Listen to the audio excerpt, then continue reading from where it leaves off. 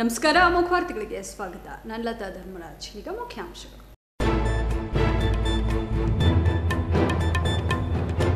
ಲೋಕಸಭಾ ಚುನಾವಣೆ ದಿನಾಂಕ ಪ್ರಕಟವಾಗುತ್ತಿದ್ದಂತೆ ಜೆಡಿಎಸ್ ಭದ್ರಕೋಟೆ ಹಾಸನದಲ್ಲಿ ಗರಿಗೆದರಿದ ರಾಜಕೀಯ ಚಟುವಟಿಕೆ. ಜೆಡಿಎಸ್ನಿಂದ ಪ್ರಜ್ವಲ್ ರೇವಣ್ಣ ಸ್ಪರ್ಧೆ ಖಚಿತ, ಬಿಜೆಪಿಯತ್ತ ಎ ಮಂಜು ಚಿತ್ತ.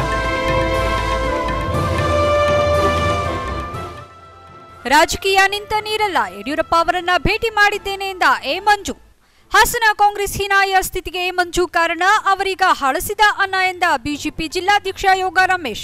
ಎ ಮಂಜು ಬಿಜೆಪಿ ಸೇರ್ಪಡೆಗೆ ಸ್ಥಳೀಯ ಮುಖಂಡರ ಆಕ್ಷೇಪ.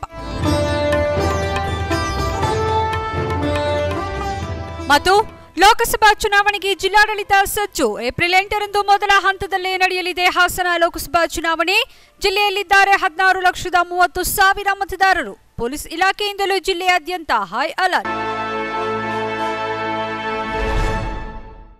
ವಾರ್ತೆಗಳ ವಿವರ. ಲೋಕಸಭಾ ಚುನಾವಣೆ ದಿನಾಂಕ ಪ್ರಕಟವಾಗುತ್ತಿದ್ದಂತೆ ಜೆಡಿಎಸ್ ಭದ್ರಕೋಟೆ ಹಾಸನದಲ್ಲಿ ರಾಜಕೀಯ ಚಟುವಟಿಕೆ ಗರಿಗೆದರುತ್ತಿದೆ. ಜೆಡಿಎಸ್ ವಲಯದಲ್ಲಿ ಈಗಾಗಲೇ ಅಭ್ಯರ್ಥಿಯನ್ನು ಆಯ್ಕೆ ಮಾಡಿಕೊಂಡಿದ್ದರೆ ಅದನ್ನು ವಿರೋಧಿಸಿ ಕಾಂಗ್ರೆಸ್ ಕೆಲ ಕಾರ್ಯಕರ್ತರು ಪಕ್ಷ ಬದಲಿಸುವ ನಿರ್ಧಾರವನ್ನು ಕೂಡ ಕೈಗೊಂಡಿದ್ದಾರೆ. ಲೋಕಸಭಾ ಚುನಾವಣೆಯ ಅಭ್ಯರ್ಥಿಗಳ ಬಗ್ಗೆ ಭಾರೀ ಲೆಕ್ಕಾಚಾರ ನಡೆಯುತ್ತಿದ್ದು, ಜೆಡಿಎಸ್ ವಲಯದಲ್ಲಿ ದೇವೇಗೌಡರ ಮೊಮ್ಮಗನಿಗೆ ಕ್ಷೇತ್ರವನ್ನು ಬಿಟ್ಟುಕೊಡುವ ತ್ಯಾಗ ಮಾಡಲು ಮುಂದಾಗಿದ್ದಾರೆ. ನಾನು ಎಷ್ಟು ದಿನ ಅಂತ ಬೇರೆಯವರ ಹೆಗಲನ್ನು ಹಿಡಿದು ಲೋಕಸಭೆಗೆ ಹೋಗಲಿ, ನನಗೂ ವಯಸ್ಸಾಯಿತು ಅಲ್ಲವೇ, ಮೊಮ್ಮಗ ಕೂಡ ರಾಜಕೀಯದಲ್ಲಿ ಸಾಕಷ್ಟು ಅನುಭವ ಪಡೆಯುತ್ತಿದ್ದಾನೆ ಎನ್ನುವ ಮೂಲಕ ಜೆಡಿಎಸ್ ಸಮಾವೇಶದಲ್ಲಿ ಜಿಲ್ಲೆಯ 6 ವಿಧಾನಸಭಾ ಕ್ಷೇತ್ರದ ಶಾಸಕ ದ್ವಯರಿಂದ ಪ್ರಜ್ವಲ್ ರೇವಣ್ಣನನ್ನ ನೀವು ಅಭ್ಯರ್ಥಿ ಮಾಡಿ, ನಾವು ಗೆಲ್ಲಿಸಿ ಲೋಕಸಭೆಗೆ ಕಳುಹಿಸುತ್ತೇವೆ ಎಂಬ ಮಾತುಗಳನ್ನ ಆಡಿಸಿದ್ರು. ಆದರೆ ಜೆಡಿಎಸ್ ಅವರು ವಚನ ಕೊಟ್ಟರೆ ಸಾಕೆ, ಕಾಂಗ್ರೆಸ್ ಅವರು ಕೂಡ ಇದಕ್ಕೆ ಸಮ್ಮತಿ ಸೂಚಿಸಬೇಕು. ಯಾಕಂದ್ರೆ ಇದು ಮೈತ್ರಿ ಸರ್ಕಾರ. ಆದರೆ ಕೆಲವರಿಗೆ ಮೈತ್ರಿ ಸರ್ಕಾರದ ಕೆಲವು ನಿರ್ಣಯಗಳನ್ನು ಒಪ್ಪಿಕೊಳ್ಳಲು ಸಾಧ್ಯವಾಗುತ್ತಿಲ್ಲ. ಮಾಜಿ ಸಚಿವ ಎ ಮಂಜು, ಮಾಜಿ ಪ್ರಧಾನಿ ದೇವೇಗೌಡರ ಸ್ಪರ್ಧೆ ಮಾಡಿದರೆ ನಮ್ಮ ಪಕ್ಷದಿಂದ ಒಮ್ಮತವಿದೆ, ಅದನ್ನು ಬಿಟ್ಟು ಮೈತ್ರಿ ಸರ್ಕಾರ ಎಂಬ ಕಾರಣಕ್ಕೆ ಮೊಮ್ಮಕ್ಕಳನ್ನ ಚುನಾವಣೆಗೆ ಗೆಲ್ಲಿಸುವುದಾದರೆ ನಮ್ಮ ಸಹಮತವಿಲ್ಲ ಅಂತ ಮೊದಲಿನಿಂದಲೂ ಕೂಡ ವಿರೋಧಿಸುತ್ತಲೇ ಬಂದಿದ್ದಾರೆ, ಈಗಲೂ ವಿರೋಧಿಸುತ್ತಿದ್ದಾರೆ. ಈ ನಡುವೆ ಕಾಂಗ್ರೆಸ್ನ ಮತ್ತೊಬ್ಬ ಮಾಜಿ ಸಚಿವ ಬಿ ಶಿವರಾಮ್ ಕೂಡ ನಾವು ಅಪ್ಪಟ ಜೆಡಿಎಸ್ ವಿರೋಧಿಗಳು, ಹೈಕಮಾಂಡ್ ನಿರ್ಧಾರದಂತೆ ಚುನಾವಣೆಯಲ್ಲಿ ನಾವು ಕೆಲಸ ಮಾಡುತ್ತೇವೆ, ಆದರೆ ಮೊಮ್ಮಕ್ಕಳನ್ನು ಚುನಾವಣೆಯಲ್ಲಿ ನಿಲ್ಲಿಸಿದರೆ ಅದನ್ನು ಒಪ್ಪಿಕೊಳ್ಳುವ ಮನಸ್ಥಿತಿ ನನಗೂ ಇಲ್ಲ, ನಮ್ಮ ಕಾರ್ಯಕರ್ತರು ಇಲ್ಲ ಅಂತ ನೇರವಾಗಿಯೇ ಪತ್ರಿಕಾಗೋಷ್ಠಿಯಲ್ಲಿ ಹೇಳಿದ್ರು.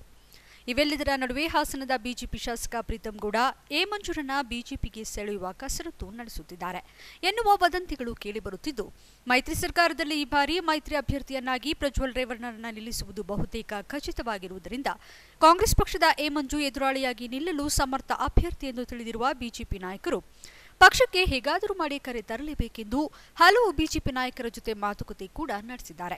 ಬಿಜೆಪಿ ನಾಯಕರೊಂದಿಗೆ ಮಾತನಾಡಿರುವ ಮಂಜು, ಕಾಂಗ್ರೆಸ್ ಪಕ್ಷದ ಸಭೆಯಲ್ಲಿ ಬಹಿರಂಗವಾಗಿಯೇ ನಾನು ಬಿಜೆಪಿ ಅವರೊಂದಿಗೆ ಮಾತನಾಡಿದ್ದೇನೆ ಅಂತ ಹೇಳುವ ಮೂಲಕ ಕಾಂಗ್ರೆಸ್ ಪಕ್ಷದವರಿಗೆ ಶಾಕ್ ಕೊಟ್ಟಿದ್ದಾರೆ.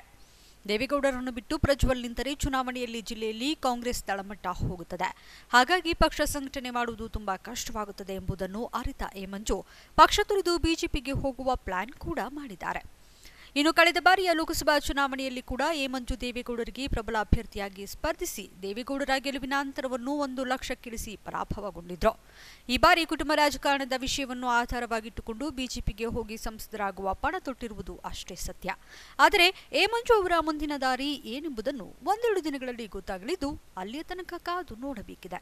ಇನ್ನು ಈ ಬಗ್ಗೆ ಪ್ರತಿಕ್ರಿಯಿಸಿರೋ ಎ ಮಂಜು, ರಾಜಕೀಯ ನಿಂತ ನೀರಲ್ಲ, ರಾಜ್ಯದಲ್ಲಿ ಏನು ಬೇಕಾದರೂ ಆಗಬಹುದು, ಆದರೆ ನಮ್ಮ ನಿಲುವು ಒಂದೇ, ದೇವೇಗೌಡರು ಸ್ಪರ್ಧಿಸಿದರೆ ಮಾತ್ರ ನಾವು ಬೆಂಬಲ ಕೊಡ್ತೀವಿ ಅಂತ.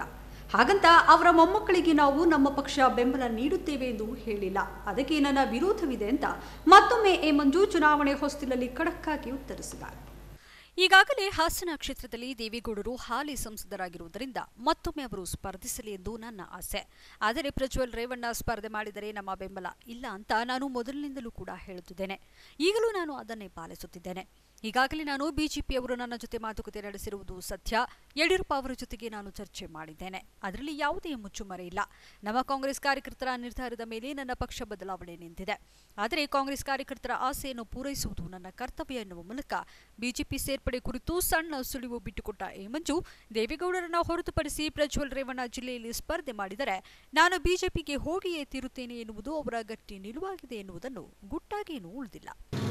ಎಲ್ರಿಗೂ ಅವಕಾಶ ಸಿಗಬೇಕು ಅನ್ನೋದಾದ್ರೆ, ಈಗ ಮೇಸ್ಟ್ರ್ ಕೆಲಸ ಸಿಕ್ಕಿದ್ರೆ ಅಥವಾ ಜೂನಿಯರ್ ಲಾಯರ್ ಕೆಲಸ ಸಿಕ್ಕಿದ್ರೆ ಸೀನಿಯರ್ ಲಾಯರ್ ಆಗಬೇಕಾದ್ರೆ ಅನುಭವ ಇರಬೇಕು, ಹೆಡ್ ಮಾಸ್ಟರ್ ಆಗ್ಬೇಕಾದ್ರೆ ಒಂದು 5-6 ವರ್ಷ ಪಾಠ ಮಾಡಿರ್ಬೇಕು ಅಥವಾ ಇದಿರಬೇಕು. ಏಕಾಏಕಿ ಹೆಡ್ ಮಾಸ್ಟರ್ ಆಗ್ತೀನಿ ಅಂತಕ್ಕಂಥದ್ದು ಮಾಡ್ತಕ್ಕಂಥದ್ದು ಸೇರ್ತಕ್ಕಂಥದ್ದನ್ನ ಜನ ಒಪ್ಪೋದಿಲ್ಲ. ಇನ್ನು ಯೋಚನೆ ಮಾಡಲಿ. ನೋಡಿ, ನಾನೀಗಾಗಲೇ ಹೇಳಿದ್ದೀನಿ, ಇನ್ನುವೇ ಯಾರು ಯೋಚನೆನ ಅವ್ರು ಯಾರು ಏನು ಅಂತ ಮಾಡಿಲ್ಲ. ರಾಜಕಾರಣ ನಿಂತು ನೀರಲ್ಲ ಅಂತ ಹೇಳಿದ್ದೀನಿ. ಇವತ್ತು ಹೇಳ್ತಾ ಇದ್ದೀನಿ ದೇವಸ್ಥಾನ, ರಾಜಕಾರಣ ಏನು ನಿಂತು ನೀರಲ್ಲ. ಇವತ್ತು ಕೋಯಲೇಷನ್ ಅಲ್ಲಿ ಏನಿದೆ ಅವ್ರು ನಿಂತರೆ ಒಳ್ಳೇದು. ನೆನ್ನೆ ಹೋಗಿ ನಾನು ದರ್ಶನ ಮಾಡಿಕೊಂಡು ನಾನು ಬಂದಿದ್ದೀನಿ. ನಾನಲ್ಲಿ ಯಡಿಯೂರಪ್ಪನವ್ರ ದರ್ಶನ ಮಾಡಲಿಲ್ಲ. ಯಡಿಯೂರಪ್ಪನವ್ರ ದರ್ಶನ 3 ದಿವಸ ಹಿಂದೆಲೇ ಮಾಡಿದ್ದೀನಿ. ಒಂದೆಡೆ ಎ ಮಂಜು ಅವರನ್ನು ಪಕ್ಷಕ್ಕೆ ಕರೆತಂದು ಹಾಸನದಲ್ಲಿ ಅಧಿಕಾರ ಹಿಡಿಯುವ ಲೆಕ್ಕಾಚಾರದಲ್ಲಿ ಬಿಜೆಪಿ ರಾಜ್ಯ ನಾಯಕರಿದ್ರೆ, ಇತ್ತ ಮಾಜಿ ಸಚಿವ ಎ ಮಂಜು ಕಾಂಗ್ರೆಸ್ಗೆ ಹಳಸಿದ ಅನ್ನದ ರೀತಿಯಲ್ಲಿದ್ದಾರೆ. ಎ ಮಂಜು ಎಂಬ ಹಳಸಿದ ಅನ್ನವನ್ನು ಯಾರೂ ತಿನ್ನುವುದಿಲ್ಲ ಎಂದು ಹೇಳುವ ಮೂಲಕ ಹಾಸನ ಜಿಲ್ಲಾ ಬಿಜೆಪಿ ಅಧ್ಯಕ್ಷ ಯೋಗ ರಮೇಶ್ ವಾಗ್ದಾಳಿ ನಡೆಸಿದ್ದಾರೆ. ನಗರದಲ್ಲಿ ಸುದ್ದಿಗಾರರೊಂದಿಗೆ ಮಾತನಾಡಿದ ಅವರು, ಎ ಮಂಜು ಸೇರ್ಪಡೆ ಬಗ್ಗೆ ವರಿಷ್ಠರು ಚರ್ಚಿಸಿದ್ದಲ್ಲಿ ನಾವು ಇದೇ ವಿಚಾರವನ್ನೇ ಹೇಳ್ತೇವೆ. ದೇವೇಗೌಡರು ಸ್ಪರ್ಧಿಸಿದ್ರೆ ನನ್ನ ಬೆಂಬಲ ಇದೆ ಎಂದವರನ್ನು ನಂಬುವುದು ಹೇಗೆ? ಅವರು ಪಕ್ಷದ ಸೇರ್ಪಡೆ ಊಹಾಪೋಹದ ವಿಚಾರವಾಗಿದೆ. ರಾಜ್ಯ ನಾಯಕರು ನಮ್ಮನ್ನು ಈ ಕುರಿತು ಅಭಿಪ್ರಾಯ ಕೇಳಿಲ್ಲ. ದೇವೇಗೌಡರು ಅಭ್ಯರ್ಥಿಯಾದರೆ ನಾನು ಬೆಂಬಲಿಸುತ್ತೇನೆ ಎಂದು ಎ ಮಂಜು ಹೇಳಿದ್ದಾರೆ. ಹಾಗಿದ್ದಾಗ ನಾವು ಈ ಕುರಿತು ಮಾತನಾಡುವುದಕ್ಕೆ ಸಾಧ್ಯವಿಲ್ಲ. ಈ ಕುರಿತು ಪಕ್ಷದ ನಾಯಕರು ಜಿಲ್ಲಾ ಕಾರ್ಯಕರ್ತರಲ್ಲಿ ಚರ್ಚಿಸಿಲ್ಲ.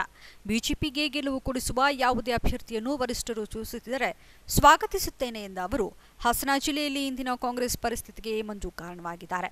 ಅವರು ಅಭಿವೃದ್ಧಿ ಕೆಲಸಗಳನ್ನು ಮಾಡಿದರೆ ವಿಧಾನಸಭಾ ಚುನಾವಣೆಯಲ್ಲಿ ಯಾಕೆ ಸೋತರು ಎಂದು ಪ್ರಶ್ನಿಸಿ ಎ ಮಂಜು ಪಕ್ಷ ಸೇರ್ಪಡೆಗೆ ಪರೋಕ್ಷವಾಗಿ ಜಿಲ್ಲಾ ಬಿಜೆಪಿ ವಿರೋಧ ವ್ಯಕ್ತಪಡಿಸಿದೆ. ಇವತ್ತು ಎ ಮಂಜು ಕಾಂಗ್ರೆಸ್ಸಿಗರಿಗೆ ಹಲಸಿದ ಅನ್ನದ ಥರ ಇದ್ದಾರೆ. ಕಾಂಗ್ರೆಸ್ ಪಕ್ಷಕ್ಕೆ ಈಗ ಹಲಸಿದ ಅನ್ನ ಏನು ಮಾಡ್ತೀವಿ ಹೇಳಿ? ಹಲಸಿದ ಅನ್ನನ ಯಾರು ಊಟ ಮಾಡಲ್ಲ. ಇವತ್ತು ಕಾಂಗ್ರೆಸ್ಸಲ್ಲೇ ಹಲಸಿದ ಅನ್ನ ಅಂತಿದ್ದವ್ರನ್ನ ಇನ್ಯಾರು ಊಟ ಮಾಡಕ್ಕೆ ಹೋಗ್ತಾರೆ? ಇದು ನನ್ನ ಒಂದು ಅಭಿಪ್ರಾಯ. ಈಗ ಅಂಥವು ಏನಾದ್ರು ಈಗ ಎ ಮಂಜು ಬರೋ ವಿಚಾರನೆ ಇರ್ಬೋದು. ಇಲ್ಲಿವರೆಗೆ ನಮಗೆ ಚರ್ಚೆ ಮಾಡಿಲ್ಲ. ಚರ್ಚೆ ಮಾಡಿದಾಗ ಪಕ್ಷದಲ್ಲಿ ಅದೇನಾಗುತ್ತೋ ಅಂತಿಮ ತೀರ್ಮಾನ ಆಮೇಲೆ ಬರುತ್ತೆ. ಕೇವಲ ಹೊಳೆನರಸೀಪುರ ಮಾತ್ರ ಅಭಿವೃದ್ಧಿಯಾಗುತ್ತಿದೆ. ರೇವಣ್ಣನವರು ಕುಟುಂಬ ರಾಜಕಾರಣ ಮತ್ತು ದ್ವೇಷದ ರಾಜಕಾರಣ ಮಾಡುತ್ತಿದ್ದಾರೆ. ಎಲ್ಲಾ ಯೋಜನೆಗಳ ಫಲಾನುಭವಿಗಳಾಗಿ ಅವರ ಕುಟುಂಬಸ್ಥರು ಅನುಭವಿಸುತ್ತಿದ್ದಾರೆ. ರೇವಣ್ಣ ಉಸ್ತುವಾರಿ ಸಚಿವರಾದ ಮೇಲೆ ಜಿಲ್ಲಾಧಿಕಾರಿ ವರ್ಗಾವಣೆಯಾಯಿತು. ಎ ಮಂಜು ಉಸ್ತುವಾರಿ ಸಚಿವರಾಗಿದ್ದಾಗ ಕೂಡ ಜಿಲ್ಲೆಯಲ್ಲಿ ಅಭಿವೃದ್ಧಿ ಕುಂಠಿತವಾಗಿತ್ತು. ಎರಡು ಪಕ್ಷಗಳನ್ನು ನೋಡಿದ ಜಿಲ್ಲೆಯ ಮತದಾರರು ಈ ಬಾರಿ ಬಿಜೆಪಿಗೆ ಒಲವು ತೋರುತ್ತಾರೆ. ನರೇಂದ್ರ ಮೋದಿ ಅವರು ಸ್ವಾತಂತ್ರ್ಯದ ಇತಿಹಾಸದಲ್ಲಿ ಯಾರೂ ಮಾಡದಷ್ಟು ಕೆಲಸಗಳನ್ನು ಮಾಡಿದ್ದಾರೆ. ವಿದೇಶಿ ಸಂಬಂಧಗಳನ್ನು ಬಲಪಡಿಸಿದ್ದಾರೆ. ಅಂತಾರಾಷ್ಟ್ರೀಯ ಸಂಬಂಧಗಳನ್ನು ಬೆಸೆಯುವಲ್ಲಿ ಯಶಸ್ವಿಯಾಗಿದ್ದಾರೆ. ಜಿಲ್ಲೆಯಲ್ಲಿ ಪಕ್ಷ ಬಲಗೊಂಡಿದ್ದು ಚುನಾವಣೆಗೆ ಸಿದ್ಧಗೊಂಡಿದೆ ಎಂದು ಅವರು ಹೇಳಿದರು. ಈ ಹಾಸನ ಲೋಕಸಭಾ ಕ್ಷೇತ್ರ ತಮಗೆ ಗೊತ್ತಿರೋ ಹಾಗೆ ಈಗ ಕಡೂರು ಸೇರಿದಾಗೆ 8 ವಿಧಾನಸಭಾ ಕ್ಷೇತ್ರಗಳು ಬರ್ತದೆ. ಏನು ಕಳೆದ 2 ಚುನಾವಣೆಗಳಲ್ಲಿ, ಹಿಂದಿನ 2 ಚುನಾವಣೆಗಳಲ್ಲಿ ನಮ್ಮ ಭಾರತೀಯ ಜನತಾ ಪಕ್ಷದ ಒಂದು ಸ್ಥಿತಿ ಇತ್ತು. ಆ ಸ್ಥಿತಿಗೆ ಹೋಲಿಸಿಕೊಂಡಾಗ ಈ ಬಾರಿ ನಾವು ಭಾಳ ಉತ್ತಮವಾದ ಒಂದು ಸ್ಥಿತಿಯಲ್ಲಿ ನಾವಿದ್ದೀವಿ. 2 ಶಾಸಕರುಗಳನ್ನು ನಾವು ಈ ಒಂದು ಲೋಕಸಭಾ ವ್ಯಾಪ್ತಿಯಲ್ಲಿ ಹೊಂದಿದ್ದೇವೆ. ಮತ್ತು 2 ವಿಧಾನಸಭಾ ಕ್ಷೇತ್ರಗಳಲ್ಲಿ ನಮ್ಮ ಅಭ್ಯರ್ಥಿಗಳು 2ನೇ ಸ್ಥಾನದಲ್ಲಿ ಬಂದು ಅಲ್ಪ ಮತಗಳಲ್ಲಿ ಸಹ ಸೋಲನ್ನು ಅನುಭವಿಸಿದ್ದಾರೆ. ಉಳಿದ ಕ್ಷೇತ್ರಗಳಲ್ಲೂ ಸಹ ಬಿಜೆಪಿಗೆ ಗಣನೀಯವಾದ ಮತಗಳನ್ನು ಆ ಕ್ಷೇತ್ರದ ಜನರು ನಮಗೆ ಕೊಟ್ಟಿದ್ದಾರೆ. ಹಾಸನ ಜಿಲ್ಲಾ ಘಟಕ ಚುನಾವಣೆಗೆ ಸಿದ್ಧತೆಯಾಗಿ ಚುನಾವಣೆನ ಈಗ ಎದುರಿಸಕ್ಕೆ ನಾವು ತಯಾರಾಗಿದ್ದೀವಿ.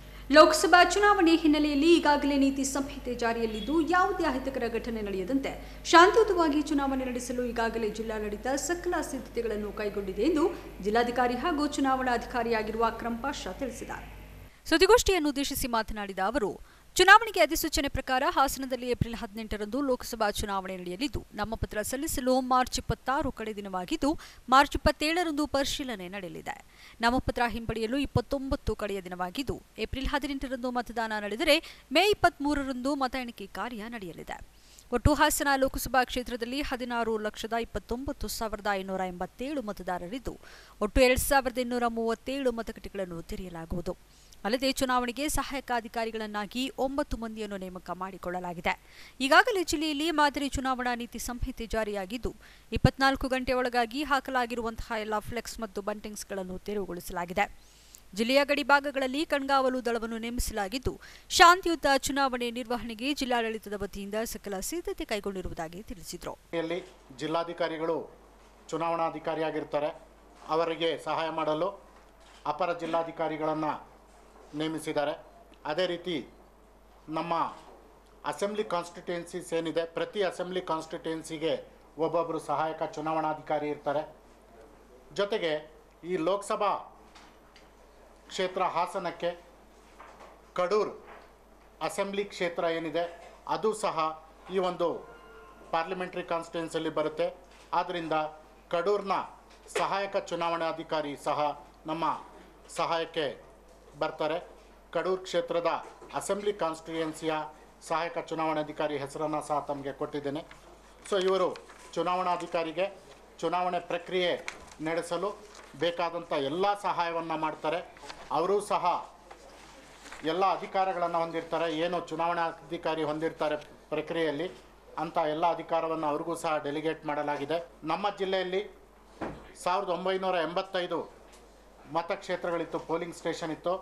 ಕಡೂರಿನ 250 ಮತಕ್ಷೇತ್ರ ಸೇರಿಸಿದ್ರೆ 2235 ಮತಕ್ಷೇತ್ರಗಳು, ಮತದಾನ ಕೇಂದ್ರಗಳು ನಮ್ಮ ಒಂದು ಪೋಲಿಂಗ್ ಸ್ಟೇಷನ್ಗಳು ನಮ್ಮ ವ್ಯಾಪ್ತಿಯಲ್ಲಿ ಬರುತ್ತೆ. ಸೊ ಇದರ ಪಾಪ್ಯುಲೇಷನ್ ಸುಮಾರು 20,62,000 ಪ್ರೊಜೆಕ್ಟೆಡ್ ಪಾಪ್ಯುಲೇಷನ್ ಇದೆ. ಈ 20,62,000 ಪಾಪ್ಯುಲೇಷನಲ್ಲಿ ಪ್ರಮುಖವಾಗಿ ನಾವು ಮತದಾರರ ಒಂದು ಪಟ್ಟಿಯಲ್ಲಿ ಇರುವಂಥ ಹೆಸರುಗಳನ್ನು ಸಹ ಗಮನದಲ್ಲಿ ಇಟ್ಕೊಳ್ಬೇಕಾಗತ್ತೆ. ಸೊ ಇಲ್ಲಿ ಮೇಲು ಫೀಮೇಲ್ ಎಲ್ಲವನ್ನು ನೋಡಿದಾಗ 16 ಲಕ್ಷ ಸುಮಾರು 30,000 ಪಾಪ್ಯುಲೇಷನ್ ವೋಟರ್ಸ್ ನಮ್ಮ ಈ ಕ್ಷೇತ್ರದಲ್ಲಿ ಬರ್ತಾರೆ. ಜಿಲ್ಲಾ ಪೊಲೀಸ್ ವರಿಷ್ಠಾಧಿಕಾರಿ ಪ್ರಕಾಶ್ ಗೌಡ ಮಾತನಾಡಿ, ಚುನಾವಣೆ ಭದ್ರತೆಗೆ 6 ಅರೆಸೇನಾ ತುಕಡಿಗಳು, 680 ಸಿಬ್ಬಂದಿಗಳು ಮತ್ತು 8 ಕೆಎಸ್ಆರ್ಪಿ ತುಕಡಿಗಳು ಕರ್ತವ್ಯ ನಿರ್ವಹಿಸಲಿದ್ದು, ಜಿಲ್ಲೆಯ ಗಡಿಭಾಗದಲ್ಲಿ ಒಟ್ಟು 20 ಚೆಕ್ ಪೋಸ್ಟ್ಗಳನ್ನು ಅಳವಡಿಸಲಾಗುವುದು. ಶಾಂತಿ ಸುವ್ಯವಸ್ಥೆ ದೃಷ್ಟಿಯಿಂದ ಈಗಾಗಲೇ ಕ್ರಿಮಿನಲ್ ಅಪರಾಧವುಳ್ಳ ಹಾಗೂ ಗೂಂಡಾ ಕಾಯ್ದೆ ಆರೋಪ ಹೊತ್ತಿರುವ 1734 ಮಂದಿ ಹಾಗೂ 322 ಕಮ್ಯುನಲ್ ಕಾಯ್ದೆ ಆರೋಪ ಹೊತ್ತಿರುವಂತಹ ವ್ಯಕ್ತಿಗಳನ್ನು ಠಾಣೆಗೆ ಕರೆಸಿ ಎಚ್ಚರಿಕೆ ನೀಡಲಾಗಿದೆ. ಲೋಕಸಭಾ ಚುನಾವಣಾ ವ್ಯಾಪ್ತಿಯ 13 ಬೂತ್ಗಳನ್ನು ನಕ್ಸಲ್ ಚಟುವಟಿಕೆಯುಳ್ಳ ಪ್ರದೇಶಗಳೆಂದು ಗುರುತಿಸಲಾಗಿದ್ದು, ಇಲ್ಲಿ ಯಾವುದೇ ರೀತಿಯ ಅಹಿತಕರ ಘಟನೆ ನಡೆಯದಂತೆ ಕಟ್ಟೆಚ್ಚರ ವಹಿಸಲಾಗಿದೆ ಎಂದರು. ಈ ಸಂದರ್ಭದಲ್ಲಿ ಹೇಳುವಂಥದ್ದು, ಶಾಂತಿ ಮತ್ತು ಸುವ್ಯವಸ್ಥೆಯಿಂದ ಜಿಲ್ಲೆಯಲ್ಲಿ ಶಾಂತಿ ಮತ್ತು ಸುವ್ಯವಸ್ಥೆಯಿಂದ ಚುನಾವಣೆಯನ್ನು ನಡೆಸಬೇಕು ಅನ್ನುವಂಥ ಉದ್ದೇಶದಿಂದ ಏನು 1737 ರೌಡಿ ಆಸಾಮಿಗಳಿದ್ದಾರೆ, ಆ ಎಲ್ಲ ವ್ಯಕ್ತಿಗಳ ವಿರುದ್ಧವಾಗಿ ನಾವು ಕ್ರಿಮಿನಲ್ ಪ್ರೊಸೀಜರ್ ಕೋಡ್ನ ಪ್ರಕಾರವಾಗಿ ಮುಂಜಾಗ್ರತಾ ಕ್ರಮವಾಗಿ ಅವರ ವಿರುದ್ಧವಾಗಿ ಪ್ರಕರಣಗಳನ್ನು ದಾಖಲು ಮಾಡಿದ್ದೇವೆ. ಅವರಿಂದ ಮುಚ್ಚಳಿಕೆಯನ್ನು ಬರೆಸ್ಕೊಳ್ತಾ ಇದ್ದೇವೆ. ಚುನಾವಣೆ ಸಂದರ್ಭದಲ್ಲಿ ಯಾವುದೇ ರೀತಿಯಾದಂಥ ಶಾಂತಿಗೆ ಭಂಗ ಆಗಬಾರ್ದು ಅನ್ನೋಂಥ ದೃಷ್ಟಿಯಿಂದ ಅವರು ನಮ್ಮ ಪೊಲೀಸ್ ಇಲಾಖೆ ಮತ್ತು ಜಿಲ್ಲಾಡಳಿತದ ಜೊತೆಯಲ್ಲಿ ಸಹಕರಿಸಬೇಕು. ಒಂದು ವೇಳೆ ಏನಾದರೂ ಯಾವುದಾದ್ರೂ ಅಪರಾಧ ಚಟುವಟಿಕೆಗಳಲ್ಲಿ ಭಾಗವಹಿಸೋದಾದರೆ ಅಂಥವ್ರನ್ನ ಮುಂಜಾಗ್ರತವಾಗಿ ಅರೆಸ್ಟ್ ಮಾಡಿ ಏನು ಕಾನೂನು ಪ್ರಕಾರ ಕ್ರಮಗಳನ್ನು ತೆಗೆದುಕೊಳ್ಬೇಕು ಅಂತ ಕ್ರಮಗಳನ್ನು ತೆಗೆದುಕೊಳ್ಳೋದಕ್ಕೆ ಈಗಾಗಲೇ ಎಲ್ಲ ಸೂಚನೆಗಳನ್ನು ನೀಡಿದ್ದೇವೆ. ಪತ್ರಿಕಾಗೋಷ್ಠಿಯಲ್ಲಿ ಸಹಾಯಕ ಚುನಾವಣಾಧಿಕಾರಿ ವೈಶಾಲಿ ಹಾಜರಿದ್ದರು. ಜನಸಂಖ್ಯೆ ಕಡಿಮೆ ಇರುವ ಹಾಗೂ ಮೂಲಭೂತ ಸೌಕರ್ಯಗಳಿಲ್ಲದ ಕುಗ್ರಾಮಗಳಿಗೆ ಹೆಚ್ಚು ಆದ್ಯತೆ ನೀಡುವುದು ರಸ್ತೆ ಕಾಮಗಾರಿಯ ಮೂಲ ಉದ್ದೇಶ ಎಂದು ಶಾಸಕ ಎಚ್ ಕೆ ಕುಮಾರಸ್ವಾಮಿ ತಿಳಿಸಿದ್ದಾರೆ. ಪಟ್ಟಣದ ಹಂತನಮನೆ ಗ್ರಾಮದಲ್ಲಿ ರಸ್ತೆ ಕಾಮಗಾರಿಗೆ ಚಾಲನೆ ನೀಡಿ ಮಾತನಾಡಿದ ಅವರು, 20ಕ್ಕೂ ಹೆಚ್ಚು ಹಳ್ಳಿಗಳಲ್ಲಿ 34 ಕೋಟಿ ಅನುದಾನದಲ್ಲಿ ಕಾಮಗಾರಿಗಳಿಗೆ ಚಾಲನೆ ನೀಡಲಾಗಿದೆ. ಎತ್ತಿನಹೊಳೆ ಯೋಜನೆ ಅನುದಾನದಲ್ಲಿ 25 ಕೋಟಿ ರೂಪಾಯಿ, ಪಿಡಬ್ಲ್ಯೂಡಿ ಅನುದಾನದಲ್ಲಿ 5 ಕೋಟಿ ರೂಪಾಯಿ, ಇತರ ಇಲಾಖೆಗಳ ಅನುದಾನದಿಂದ 5 ಕೋಟಿ ರೂಪಾಯಿ ಹಣವನ್ನು ವಿನಿಯೋಗಿಸುತ್ತಿದ್ದು, ಅನೇಕ ಹಳ್ಳಿಗಳನ್ನು ಸಂಪರ್ಕಿಸುವ ಪ್ರಮುಖ ರಸ್ತೆಗಳನ್ನು ಕಾಮಗಾರಿಯಲ್ಲಿ ಸೇರಿಸಿದ್ದೇವೆ ಎಂದರು. ಆಲೂರು ತಾಲೂಕಿನಲ್ಲಿ ವಿವಿಧ ಕಾಮಗಾರಿಗಳಿಗೆ ಚಾಲನೆ ಕೊಡ್ತಕ್ಕಂಥ ಕೆಲಸವನ್ನು ನಾನು, ನಮ್ಮ ಮಾನ್ಯ ಪಕ್ಷದ ಅಧ್ಯಕ್ಷರು, APMC ಅಧ್ಯಕ್ಷರು ಕೂಡ ಅಂತ ಮುಂಜೇಗೌಡರ ಜೊತೆ ಸುಮಾರು 20ಕ್ಕೂ ಹೆಚ್ಚು ಹಳ್ಳಿಗಳಿಗೆ ಪ್ರವಾಸ ಮಾಡಿ 34 ಕೋಟಿ ರೂಪಾಯಿಗೂ ಹೆಚ್ಚು ಅನುದಾನದ ಕಾಮಗಾರಿಗಳಿಗೆ ಚಾಲನೆಯನ್ನು ಕೊಟ್ಟಿದ್ದೇವೆ. ಅದರಲ್ಲಿ ಎತ್ತಿನಹೊಳೆ ಯೋಜನೆಯ ಅನುದಾನದಲ್ಲಿ ಸುಮಾರು 25 ಕೋಟಿ ರೂಪಾಯಿ, PWD ಅನುದಾನದಲ್ಲಿ 5 ಕೋಟಿ ರೂಪಾಯಿ ಮತ್ತು ಇತರೆ ಇಲಾಖೆಗಳ ಅನುದಾನದಲ್ಲಿ 5 ಕೋಟಿ ರೂಪಾಯಿ ಹೀಗೆ ನಾವು ವಿನಿಯೋಗ ಮಾಡುತ್ತೇವೆ.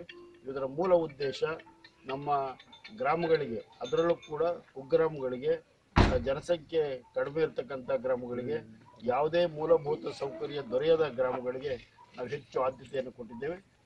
ಜೊತೆಗೆ ಅನೇಕ ಹಳ್ಳಿಗಳನ್ನು ಸಂಪರ್ಕ ಮಾಡತಕ್ಕಂತಹ ಕೆಲವು ಪ್ರಮುಖ ರಸ್ತೆಗಳನ್ನು ಕೂಡ ನಾವು ಈ ಒಂದು ಕಾಮಗಾರಿಯಲ್ಲಿ ಸೇರಿಸಿಕೊಂಡಿದ್ದೇವೆ. ಅದರಲ್ಲಿ ಪ್ರಮುಖವಾಗಿ ಹೆದ್ರವಳ್ಳಿ, ಶಿರದನಹಳ್ಳಿ ರಸ್ತೆ. ಈ ಸಂದರ್ಭದಲ್ಲಿ ಜೆಡಿಎಸ್ ತಾಲೂಕು ಅಧ್ಯಕ್ಷ ಕೆಎಸ್ ಮಂಚೇಗೌಡ, ತಾಲೂಕು ಪಂಚಾಯಿತಿ ಸದಸ್ಯ ನಟರಾಜ್, ಮಾಜಿ ಅಧ್ಯಕ್ಷ ಯೋಗೇಶ್, ಜೈಪಾಲ್, ಪುರುಷೋತ್ತಮ್, ಸತೀಶ್, ಮಲ್ಲಿಕಾರ್ಜುನ್ ಮುಂತಾದವರು ಹಾಜರಿದ್ದರು. ಬೇಲೂರು ಪಟ್ಟಣದ ಸರ್ಕಾರಿ ಆಸ್ಪತ್ರೆಯಲ್ಲಿ ರಾತ್ರಿ ಪಾಳಿಯಲ್ಲಿ ಕರ್ತವ್ಯ ನಿರ್ವಹಿಸುವವರ ಮೇಲೆ ಹಲ್ಲೆ ಮಾಡಿದ ವ್ಯಕ್ತಿಯನ್ನು ಬಂಧಿಸುವಂತೆ ಆಗ್ರಹಿಸಿ ಆಸ್ಪತ್ರೆಯ ಮುಂಭಾಗ ವೈದ್ಯರು ಮತ್ತು ಸಿಬ್ಬಂದಿ ಕೆಲಕಾಲ ಧರಣಿ ನಡೆಸಿದರು. ವೈದ್ಯರು, ಆಂಬ್ಯುಲೆನ್ಸ್ ಚಾಲಕರು, ಶುಶ್ರೂಷಕಿಯರು, ಟಿ ಗ್ರೂಪ್ ನೌಕರರು ಸೇರಿದಂತೆ ಇತರೆ ವಿಭಾಗದ ಸಿಬ್ಬಂದಿಗಳು ಸರ್ಕಾರಿ ಆಸ್ಪತ್ರೆಯ ಮುಂಭಾಗ ಬೆಳಗಿನಿಂದಲೇ ಧರಣಿ ನಡೆಸಿ ರಾತ್ರಿ ಪಾಳಿಯಲ್ಲಿ ಕರ್ತವ್ಯ ನಿರ್ವಹಿಸುವವರ ಮೇಲೆ ಹಲ್ಲೆ ಮಾಡಿದ ವ್ಯಕ್ತಿಯನ್ನು ಬಂಧಿಸುವಂತೆ ಒತ್ತಾಯಿಸಿದರು. ಈ ಸಂದರ್ಭದಲ್ಲಿ ವೈದ್ಯರಾದ ರಾಘವೇಂದ್ರ ಮಾತನಾಡಿ, ಸೋಮವಾರ ಬೆಳಕಿನ ಜಾವ ರಾತ್ರಿ ಪಾಳ್ಯದಲ್ಲಿ ತಾವು ಕರ್ತವ್ಯ ನಿರ್ವಹಿಸುವ ಸಂದರ್ಭದಲ್ಲಿ 4-5 ಮಂದಿ ಮದ್ಯಪಾನಿಗಳು ಯೋಗಿಯೊಬ್ಬರನ್ನು ಚಿಕಿತ್ಸೆಗೆ ಕರೆತಂದರು. ಅವರಿಗೆ ಸೂಕ್ತವಾದ ಚಿಕಿತ್ಸೆಯನ್ನು ಕೊಡಲಾಗಿತ್ತು. ಆದರೆ ಮತ್ತಿನಲ್ಲಿದ್ದ ರೋಗಿಯ ಕಡೆಯವರು ಚಿಕಿತ್ಸೆಯನ್ನು ನೀಡಿರುವ ಪರಿವೇ ಇಲ್ಲದೆ ರೋಗಿಗೆ ಸರಿಯಾದ ಚಿಕಿತ್ಸೆಯನ್ನು ಕೊಟ್ಟಿಲ್ಲ ಎಂದು ನಮ್ಮ ಆಸ್ಪತ್ರೆಯ ಸಿಬ್ಬಂದಿ ವರ್ಗದ ಡಿ ಗ್ರೂಪ್ ನೌಕರನಾದ ರಘು ಎಂಬುವರ ಮೇಲೆ ಹಲ್ಲೆ ನಡೆಸಿ ಕರ್ತವ್ಯ ನಿರತ ನರ್ಸ್ಗಳನ್ನು ಅವಾಚ್ಯ ಶಬ್ದಗಳಿಂದ ನಿಂದಿಸಿದ್ದಲ್ಲದೆ ತಮ್ಮ ಜೊತೆ ಇದ್ದ 10 ಮಂದಿ ಸಹಚರರೊಂದಿಗೆ ಕೂಗಾಡಿ ಆಸ್ಪತ್ರೆಯಲ್ಲಿ ಕರ್ತವ್ಯ ನಿರ್ವಹಿಸುತ್ತಿದ್ದ ವೈದ್ಯರು ಹಾಗೂ ಸಿಬ್ಬಂದಿಗಳಿಗೆ ಅಡ್ಡಿಪಡಿಸಿದ್ದಾರೆ ಎಂದು ದೂರಿದರು. ಸ್ಥಳಕ್ಕೆ ಭೇಟಿ ನೀಡಿದ ಪಿಎಸ್ಐ ಜಗದೀಶ್ ಮಾತನಾಡಿ, ರಾತ್ರಿ ಪಾಳಿಯಲ್ಲಿ ಕರ್ತವ್ಯ ನಿರ್ವಹಿಸುವವರ ಮೇಲೆ ಹಲ್ಲೆ ಮಾಡಿರುವ ಪ್ರಕರಣವನ್ನು ಗಂಭೀರವಾಗಿ ಪರಿಗಣಿಸಿದ್ದು ಕೂಡಲೇ ಅವರುಗಳನ್ನು ಬಂಧಿಸಲಾಗುವುದು. ಅಲ್ಲದೆ ರಾತ್ರಿ ಗಸ್ತು ತಿರುಗುವ ಪೊಲೀಸರಿಗೆ ಆಸ್ಪತ್ರೆ ಕಡೆಗೂ ಗಮನ ಹರಿಸುವಂತೆ ಸೂಚಿಸಲಾಗುವುದು ಎಂದರು. ಸುಮಾರು 4-5 ಜನ ಮದ್ಯಪಾನ ಮಾಡಿಬಿಟ್ಟು ಬಂದ್ಬಿಟ್ಟು ಹಾಸ್ಪಿಟಲ್ ದಾಖಲೆ ಮಾಡಿದ್ದಾರೆ. ಪೇಷಂಟ್ ಕುಡಿದ ಮತ್ತಿನಲ್ಲಿ ನಾನು ಎಲ್ಲಿದ್ದೀನಿ ಏನು ಅನ್ನೋದು ಗೊತ್ತಿಲ್ಲ. ಅವ್ರ ಸಹಚರರಾದ ಒಬ್ಬರು ನಮ್ಮ ಗ್ರೂಪ್ ಡಿ ರಘು ಮೇಲೆ ಕಪಡ ಮೋಕ್ಷ ಮಾಡಿ ಮತ್ತು ಹಲ್ಲೆ ಮಾಡಿದ್ದಾರೆ. ಪ್ರಕರಣಗಳು ಮುಂಚೆನೂ ಸಾಕಷ್ಟು ನಡೆದಿದ್ರು, ಯಾವುದೇ ಕ್ರಮವನ್ನು ಜರುಗಿಸಿಲ್ಲ. ಆದ್ದರಿಂದ ಈ ಸತಿ ಸೂಕ್ತವಾದ ಕಾನೂನಿಗೆ ಏನು ಕ್ರಮ ಇದೆ ಅದನ್ನು ಜರುಗಿಸಿ ನ್ಯಾಯ ಒದಗಿಸಿಕೊಡ್ಬೇಕಾಗಿ ನಾನು ಕೊಡ್ತೀನಿ. ಚಂದ್ರಶೇಖರ್ ವ್ಯಕ್ತಿ ಸರ್, ನಾನು ಕೇಳೋದು ಅವರಿಗೆ ರಕ್ಷಣಾ ವೇದಿಕೆ ಇರ್ಬೋದು, ಅವ್ರಿಗೆ ಯಾರು ಸರ್ ಇಷ್ಟೆಲ್ಲ ರೈಟ್ಸ್ ಕೊಟ್ಟರು? ಅವರು ಯಾವತ್ತೂ ಒಂದು ಸಂಘಟನೆ ಆಗಿರಲಿ. ಹಾಗಾಗಿ ಪ್ರತಿಯೊಬ್ಬರು ನಮಗೆ ಬೇಲೂರು ಹಾಸ್ಪಿಟಲ್ ಸಾಕಾಗಿದೆ, ಟ್ರಾನ್ಸ್ಫರ್ ಕೊಟ್ಟರೆ ನಾವು ಇವಾಗಲೇ ಹೋಗ್ತೀವಿ ಅನ್ನೋಕೆ ರೆಡಿ ಇದ್ದಾರೆ. ಪ್ರತಿಯೊಬ್ಬರು ಕೇಳಿ ವಿಚಾರ ಮಾಡಿ, ವೈಯಕ್ತಿಕವಾಗಿ ವಿಚಾರ ಯಾರು ಇಲ್ಲಿ ರೆಡಿ ಇಲ್ಲ. ಬೇಲೂರು ಹಾಸ್ಪಿಟಲ್ ನಮಗೆ ರಕ್ಷಣೆ ಯಾವ ರೀತಿ ಬೇಕಂದ್ರೆ ಸರ್, ನಮಗೆ ಒಂದು ಔಟ್ ಪೋಸ್ಟ್ ಸರ್, ಪೊಲೀಸ್ ಚೌಕಿ ಬೇಕು. ಕೊನೆ ಪಕ್ಷ ಇಲ್ಲಿ ಬೀಟ್ ಮಾಡಂತ ಪೊಲೀಸ್ನರ್ಗಳು ರಾತ್ರಿ ಹೊತ್ತು ಒಂದ್ಸತಿ ಬೀಟ್ ಮಾಡ್ಬೇಕು. ಯಾರು ಸಹ ಒಬ್ರು ಬೀಟ್ ಮಾಡ್ತಾ ಇಲ್ಲ. ರಾತ್ರಿ ಒಂದು ಬಂದು ಇಲ್ಲಿ ಬೀಟ್ ಮಾಡಲ್ಲ ಯಾರು. ನಾವು ಫೋನ್ ಮಾಡಿದ್ರೆ ಹಾಫ್ ಅನ್ ಅವರ್ ಆದ್ರೂ ಬರಲ್ಲ. ನೆನೆ ದಿನ ಫೋನ್ ಮಾಡಿ ಅವ್ರು ಹಿಡ್ಕೊಂಡು ಅವ್ರು ಬಿಟ್ಕಳಿಸಿದ್ದಾರೆ.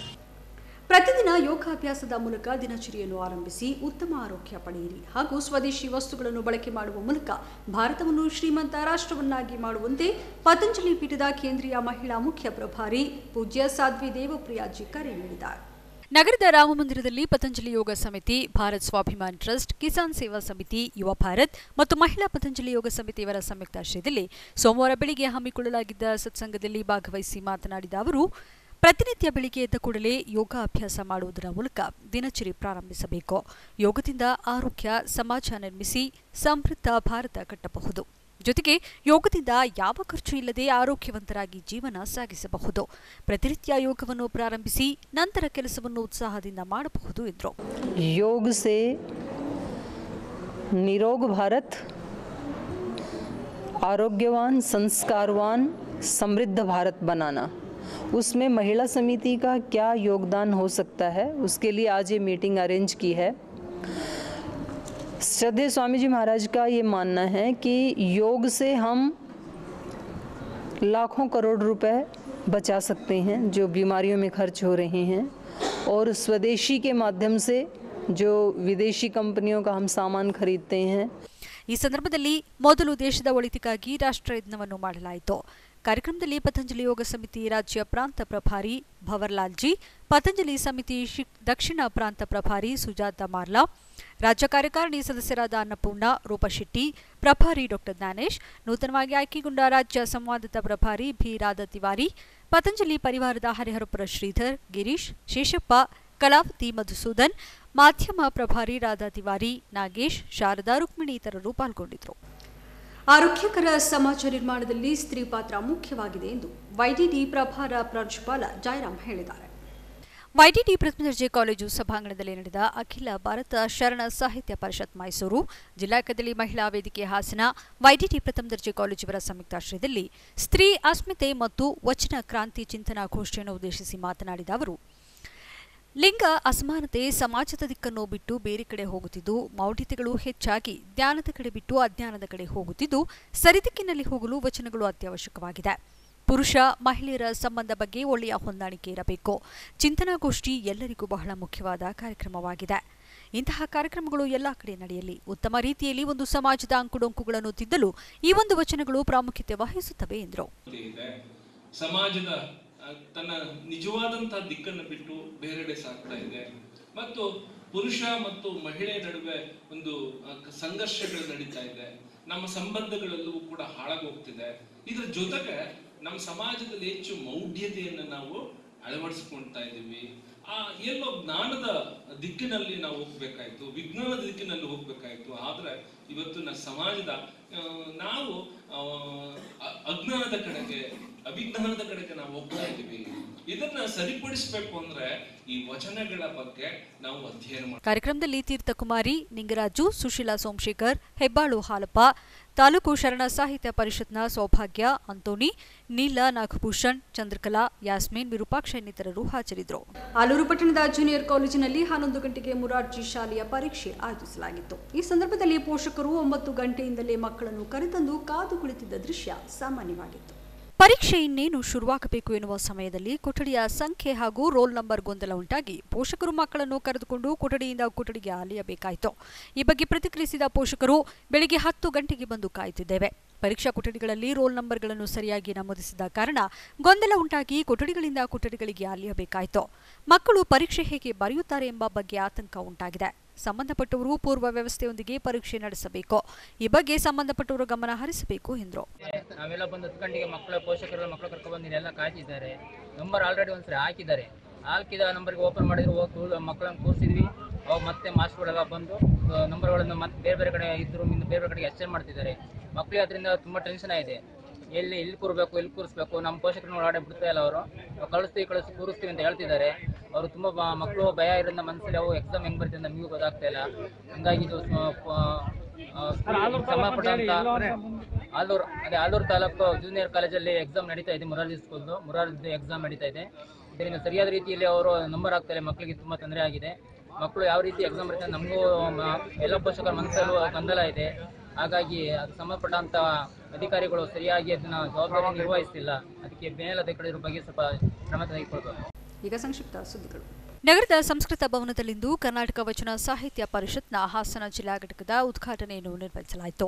ಕಾರ್ಯಕ್ರಮವನ್ನು ರಾಯಚೂರು ಜಿಲ್ಲಾ ಘಟಕದ ಅಧ್ಯಕ್ಷ ಪೀರ್ ಸಾಬ್ ಉದ್ಘಾಟಿಸಿದರು. ಇದೇ ವೇಳೆ ಸಂಸ್ಕಾರ ಭಾರತಿ ಜಿಲ್ಲಾಧ್ಯಕ್ಷ ಎಚ್.ವಿ. ಕುಮಾರಸ್ವಾಮಿ, ಬಸವ ಕೇಂದ್ರದ ಯುಎಸ್ ಬಸವರಾಜು, ಕರ್ನಾಟಕ ವಚನ ಸಾಹಿತ್ಯ ಪರಿಷತ್ ರಾಜ್ಯ ಕಾರ್ಯದರ್ಶಿ ಸಂತೋಷ್ ಬೆಳ್ಳೋಟೆ, ಜಿಲ್ಲಾ ಘಟಕದ ಕಾರ್ಯದರ್ಶಿ ಬಿ ವೇದಾವತಿ ಸೇರಿದಂತೆ ಇನ್ನಿತರರು ಹಾಜರಿದ್ದರು. ಯೋಧ ಅಭಿನಂದನ್ ಶತ್ರು ದೇಶದ ವಿಮಾನವನ್ನು ಹೊಡೆದುರುಳಿಸಿದ ಹಿನ್ನೆಲೆಯಲ್ಲಿ ಶಟಲ್ ಟೂರ್ನಮೆಂಟ್ ಏರ್ಪಡಿಸಲಾಗಿತ್ತು. ಪಟ್ಟಣದ ಸುಭಾಷ್ ಮೈದಾನದಲ್ಲಿ ಹೊನಲು ಬೆಳಕಿನಲ್ಲಿ ನಡೆದ ಈ ಪಂದ್ಯದಲ್ಲಿ ಸುಮಾರು 20ಕ್ಕೂ ಹೆಚ್ಚು ತಂಡಗಳು ಭಾಗವಹಿಸಿದ್ವು. ಅಂತಿಮ ಹಣಾಹಣಿಯಲ್ಲಿ ಬಾಳುಪೇಟೆ ನವೀನ್ ಮತ್ತು ಸಂತೋಷ್ ವಿಜೇತರಾದರು. ಈ ಸಂದರ್ಭದಲ್ಲಿ ಸುಭಾಷ್ ಶಟಲ್ ಕ್ಲಬ್ನ ಖಾದರ್, ಸದಸ್ಯರಾದ ಖಾಲಿದ್, ಮಹೇಶ್, ಜುಲ್ಫಿಕರ್, ನಾನಿ ಇನ್ನಿತರರು ಹಾಜರಿದ್ದರು. ಕೊನೆಯಲ್ಲಿ ಮತ್ತೊಮ್ಮೆ ಮುಖ್ಯಾಂಶಗಳು.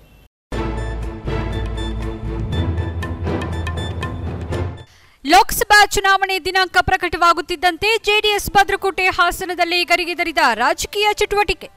ಜೆಡಿಎಸ್ನಿಂದ ಪ್ರಜ್ವಲ್ ರೇವಣ್ಣ ಸ್ಪರ್ಧೆ ಖಚಿತ, ಬಿಜೆಪಿಯತ್ತ ಎ ಮಂಜು ಚಿತ್ತ. ರಾಜಕೀಯ ನಿಂತ ನೀರಲ್ಲ, ಯಡಿಯೂರಪ್ಪ ಅವರನ್ನ ಭೇಟಿ ಮಾಡಿದ್ದೇನೆ ಎಂದ ಎ ಮಂಜು. ಹಾಸನ ಕಾಂಗ್ರೆಸ್ ಹೀನಾಯ ಸ್ಥಿತಿಗೆ ಎ ಮಂಜು ಕಾರಣ, ಅವರೀಗ ಹಳಸಿದ ಅನ್ನ ಎಂದ ಬಿಜೆಪಿ ಜಿಲ್ಲಾಧ್ಯಕ್ಷ ಯೋಗ ರಮೇಶ್. ಎ ಮಂಜು ಬಿಜೆಪಿ ಸೇರ್ಪಡೆಗೆ ಸ್ಥಳೀಯ ಮುಖಂಡರ ಆಕ್ಷೇಪ. ಮತ್ತು ಲೋಕಸಭಾ ಚುನಾವಣೆಗೆ ಜಿಲ್ಲಾಡಳಿತ ಸಜ್ಜು. ಏಪ್ರಿಲ್ 8ರಂದು ಮೊದಲ ಹಂತದಲ್ಲೇ ನಡೆಯಲಿದೆ ಹಾಸನ ಲೋಕಸಭಾ ಚುನಾವಣೆ. ಜಿಲ್ಲೆಯಲ್ಲಿದ್ದಾರೆ 16,30,000 ಮತದಾರರು. ಪೊಲೀಸ್ ಇಲಾಖೆಯಿಂದಲೂ ಜಿಲ್ಲೆಯಾದ್ಯಂತ ಹೈ ಅಲರ್ಟ್. ಮುಂದಿನ ವಾರ ಸಂಚಿಕೆಯೊಂದಿಗೆ ಮತ್ತೆ ಭೇಟಿಯಾಗೋಣ. ವಂದನೆಗಳು.